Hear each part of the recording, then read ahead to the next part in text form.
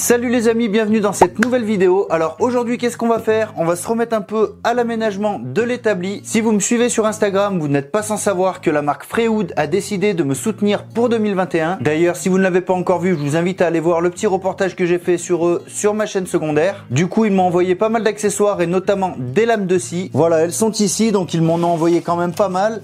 Et jusqu'à présent, c'est vrai que mes lames, je les stockais à l'horizontale dans un tiroir. Étant donné que c'était des lames qui étaient pas trop chères, ça me dérangeait pas, mais vous n'êtes pas sans savoir que normalement, une lame de scie, ça se stocke à la verticale. Donc là, étant donné qu'on est quand même sur du matos professionnel, on va essayer de suivre cette règle. Et pour ça, on va créer un caisson juste en dessous de ma scie sous table. Donc voilà, les lames seront vraiment à portée de main. Ce caisson sera scindé en deux, à peu près au milieu, pour avoir d'un côté mes lames de scie et de l'autre côté je vais certainement faire 3 tiroirs je pense pour pouvoir stocker tout un tas de choses et ainsi aérer le visuel de l'atelier. Pour ce faire, je vais utiliser principalement du contreplaqué de 10 mm, c'est du contreplaqué exotique et plus précisément de l'Okoume. Bien entendu, au fur et à mesure de la réalisation, je vous partagerai toutes les mesures car je sais qu'il y a pas mal de monde qui ont créé exactement le même établi que le mien et ces personnes-là pourront justement continuer l'aménagement en suivant une certaine logique d'utilisation. L'essentiel étant dit, on va pouvoir commencer tout de suite, donc bonne vidéo à tous, c'est parti.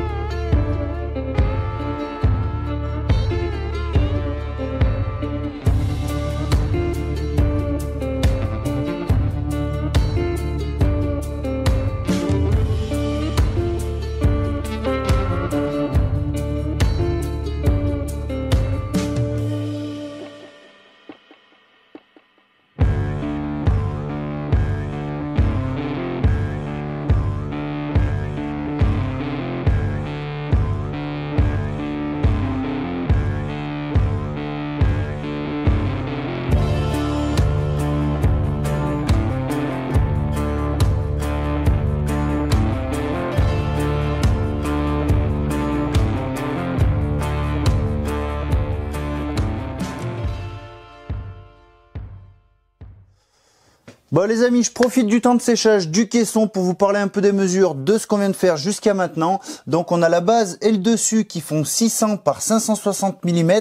On a les deux côtés qui font 600 par 388 mm. Et la séparation qui elle fait 548 par 388 mm. Ensuite, concernant les rainures, elles font 4 mm de profondeur pour 10 mm de large. Et je suis parti sur une base de 360 mm d'écart entre le bord et la séparation du côté des lames. J'ai fait ma rainure de 10 mm au fond. Derrière, c'est 360 mm. Pareil, je suis venu faire des rainures sur le dessus et sur le fond, ainsi que sur les côtés pour venir intégrer la séparation. Encore une fois, j'ai tout rainuré de 4 mm. Et ça a simplement pour but de grandement faciliter le collage en ayant un équerrage qui soit parfait. Bien sûr, à condition que vos rainures soient bien régulières. Du coup, pour ma part, je vais laisser sécher ça tranquillement et on se retrouve, nous, tout de suite après, pour attaquer le gros tiroir qui viendra accueillir les lames de scie. C'est parti.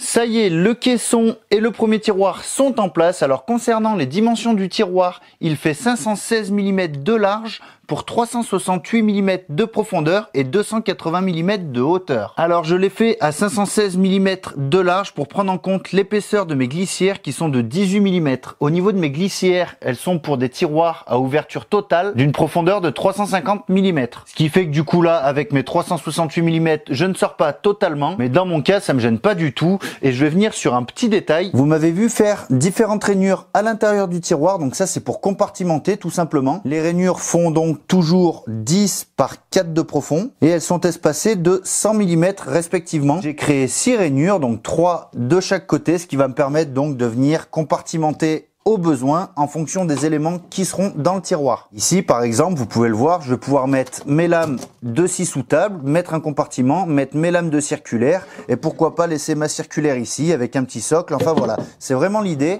Donc maintenant, il y a ça aussi. Là, j'ai fait des baguettes de 12 mm d'épaisseur et sur ce côté-ci, elles viennent dépasser de 15 mm. Ça va simplement me permettre de venir plaquer sur la face avant du contreplaqué filmé noir que je vais venir usiner à la CNC pour faire des gravures plutôt sympas. Et pour en revenir sur les baguettes, elles sont en merisier, ce qui m'a permis de créer un rappel sur ce que j'ai pu faire avant sur cet établi. Mais il y a aussi une petite utilité, vous l'avez vu, celles-ci m'ont permis de venir caler le caisson vraiment en place et là, ça bouge plus sans pour autant aller le visser. Alors ça, vous vous en doutez, c'est vraiment pas obligatoire, hein. Et si vous souhaitez vous en passer, tout simplement vous adaptez la taille de votre caisson de base. Maintenant, on va s'attaquer à l'autre côté, donc je vais aussi créer des tiroirs. Je ne sais pas s'il y en aura 2 ou 3, ça va être en fonction de la taille de mes outils et de ce que je veux mettre dans ces tiroirs. Par contre, ce qui est sûr, c'est qu'ils ne seront pas sur des glissières vissées. Je vais faire des glissières en bois sur lesquelles les tiroirs vont venir simplement s'appuyer de manière à pouvoir les retirer si j'ai besoin d'aller transporter les outils qui se trouvent dedans pour les disposer facilement dans ma voiture, par exemple. Enfin voilà. Du coup, on reste sur du contreplaqué de 10 mm.